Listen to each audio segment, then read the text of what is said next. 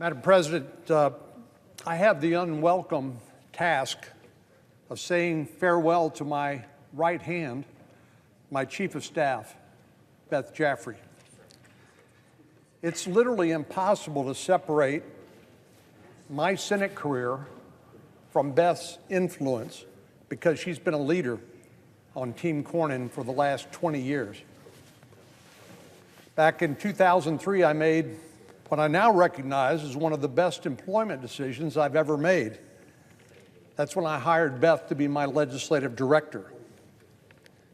This Houston native has spent nearly a decade working in the House of Representatives before she came to the Senate, but she had a short period of time where she practiced law and recognized the satisfaction and reward of public service more than the enhanced paycheck of a private practice of law. To me, one of the great benefits is she knew Texas. She knew Congress. She understood Washington and all of its strange ways. I was confident then and now that she was the perfect person for the job. Beth quickly developed an expertise in both the processes and the people of the United States Senate. She understood the ins and outs of every policy area and which members cared most about what issues. She built strong relationships with staff on both sides of the aisle and earned a reputation as a trustworthy and honest broker. And she empowered our own legislative team to notch up win after win for Texas. When my first Chief of Staff left in 2007, I knew there was only one person for that job, one person I could literally trust with that job. Beth didn't seek that job in order to raise her own profile or impress the DC power players. That has never been her MO. Instead, she saw an opportunity to champion an incredible team and help us accomplish important things for Texas. That's one of the first things you come to know and appreciate about Beth. She loves Texas. She loves her sports team, especially her beloved Texas Aggies. But she loves the music, the hole-in-the-wall Tex-Mex joints. But most of all, she loves people. Years ago, after a terrible tragedy in West Texas, that's the name of the town, West, Texas, not the region, a county commissioner said to me, being a Texan doesn't describe where you're from, it describes who your family is. That's so true. Beth has dealt with the nearly 30 million Texans as if they were members of her extended family. And when they were in need, she made sure our team sprang into action. Unfortunately, there have been too many instances where that was required. We've had storms, two of the biggest being Hurricane Harvey and Hurricane Ike. Both hit Beth's hometown of Houston, devastating her parents' home, and the affected parts of our state and region couldn't have hoped for a bigger champion in the halls of Congress than Beth Jafari. She was the offensive coordinator for the entire Texas delegation, making sure we knew exactly what was needed, what the plan should look like, and helping us deliver on that plan. She was so personally involved in Hurricane Harvey that she rescued a four-legged survivor by the name of Jackson. Well, Texas has experienced natural disasters like most parts of the country, whether they're tornadoes, wildfires, severe winter weather, or some other natural disaster of all stripes. But that just scratches the surface of the many challenges that our state has endured during the past 2 decades while Beth has been my Chief of Staff and Legislative Director. We've had mass shootings that have brought heartbreak to cities across Texas, including Fort Hood, Dallas, Sutherland Springs, Santa Fe, El Paso, Odessa. and most recently in Uvalde. There was the West fertilizer plant explosion I alluded to a moment ago. Of course, the pandemic, the ongoing border crisis. Beth has been a steady hand guiding our efforts through all of it and more. No matter how big or how small the problems are, she's worked to ensure that Texans are heard and helped. In many cases, that meant getting timely responses to Texans who just wanted more information about what we were doing, or people who wanted to share their ideas about ways we might be of service. In others, it involved passing legislation or working to mobilize federal resources. And oftentimes, it meant connecting constituents with federal agencies to help them with everything from benefit programs to emergency passport renewals. In my office, we refer to this important part of our job as casework or constituent services. And Beth has been the biggest cheerleader for my constituent services team from the very beginning. It's not legislating, but it's one of the most important things we do to be of service to our constituents.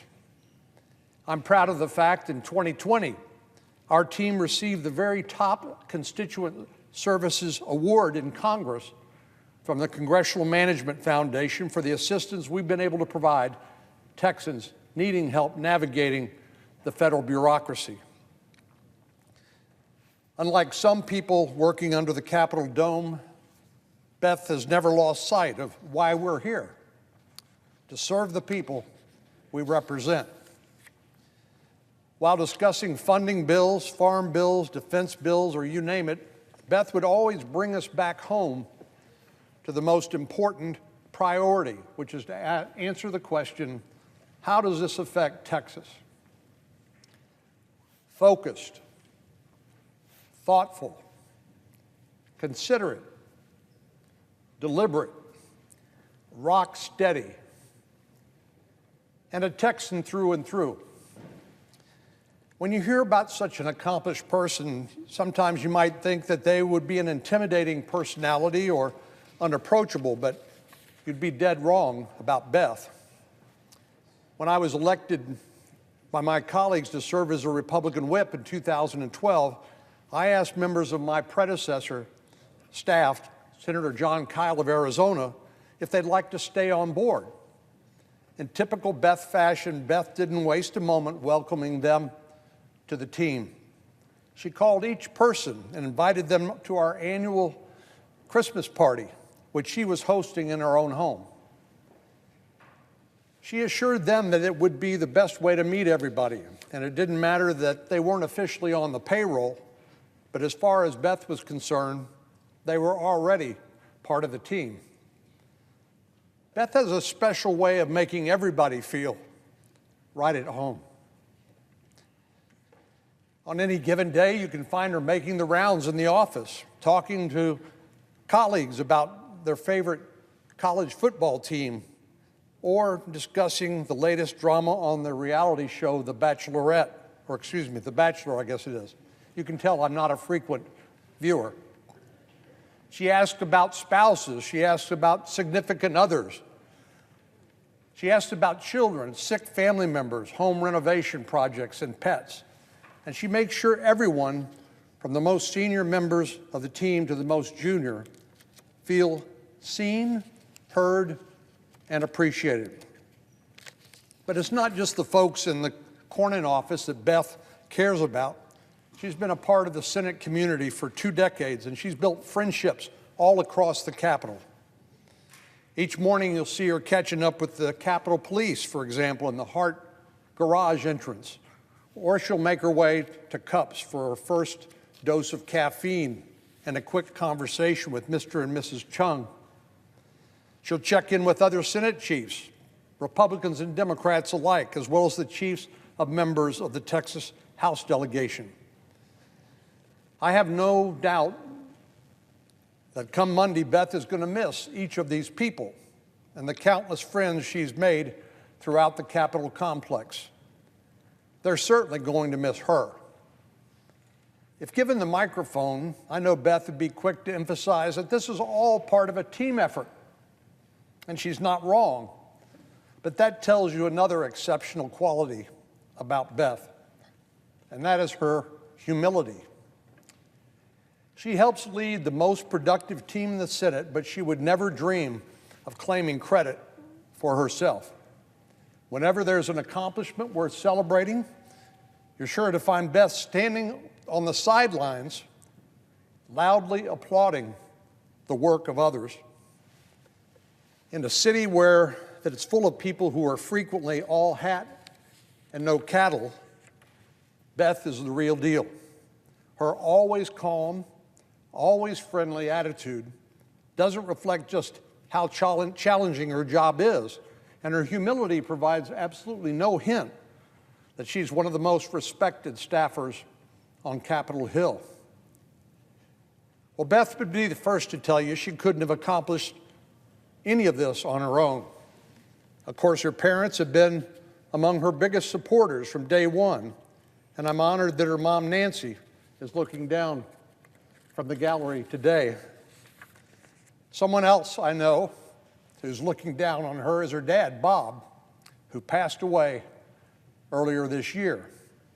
And there's Chris and James and Madge and her other family members who've supported her through the highs and lows of the past 20 years. It's tough to sum up the impact Beth has had on me, on my wife, Sandy, on our team, on our institution, and in our state. But let me share just a few numbers that may do the trick. Over the last 2 decades, Beth has served alongside some 800 members of Team Cornyn. And that's just full-time staff and doesn't include interns and law clerks. She's counseled me through 2 decades of service to Texas, 3 election campaigns, 4 years as chairman of the National Republican Senatorial Committee, and 6 years as a Republican whip. She served in the Senate during 4 presidential administrations and witnessed the confirmation process for 8 of the 9 sitting justices on the Supreme Court of the United States. And she's been part of the Senate longer than 81 senators. In a place where people are always coming and going, Beth has been a wise and trustworthy partner, and this place just won't be the same without her. I know I speak on behalf of our entire team, past and present, when I say there is no one else like Beth Jafari. She's sometimes been referred to as the glue that holds Cornyn world together. You know, if you think about the life of an elected official, you've got, of course, your personal life, your family, you've got your official duties, and then you've got your political responsibilities. And Beth has literally been the glue that holds all of that together in Cornyn world. Well, I've never known a Senate without Beth, so this is going to be a big transition for all of us. But I'm excited for her about what the future holds beyond the walls of the Capitol. I hope this new chapter will afford Beth more time to sit on the beach with Jackson's leash in one hand and a margarita in the other. And I hope it gives her more opportunities to cheer on her favorite teams, whether that's the Texas Aggies, the Houston Astros, her favorite Olympic track and field contestants, and the national soccer team of Mexico. Instead of just a television screen, maybe she can see more of those in person. And I hope it frees up more time for her to spend with her nephew, James, who is very important to her, and she to him. And help hone her skills as the next Picasso. Yes, Beth is taking up oil painting classes, and we'll see how that all turns out. She's actually threatened to paint a picture of me, and I said, well, why don't you wait a while until you get a few more lessons under your belt? And I sincerely hope it will bring Beth back to the halls of heart, where she served our state so well for nearly 2 decades. Well, I often joke at times like these that Team Cornyn is like the Hotel California. You can check out, but you can never leave. So this isn't goodbye. It's a simply see you soon. But it's also, you better not block my email or text or phone messages. So on behalf of Team Cornyn and then the entire Lone Star State, thank you, Beth, for serving our state with such class. We're going to miss you.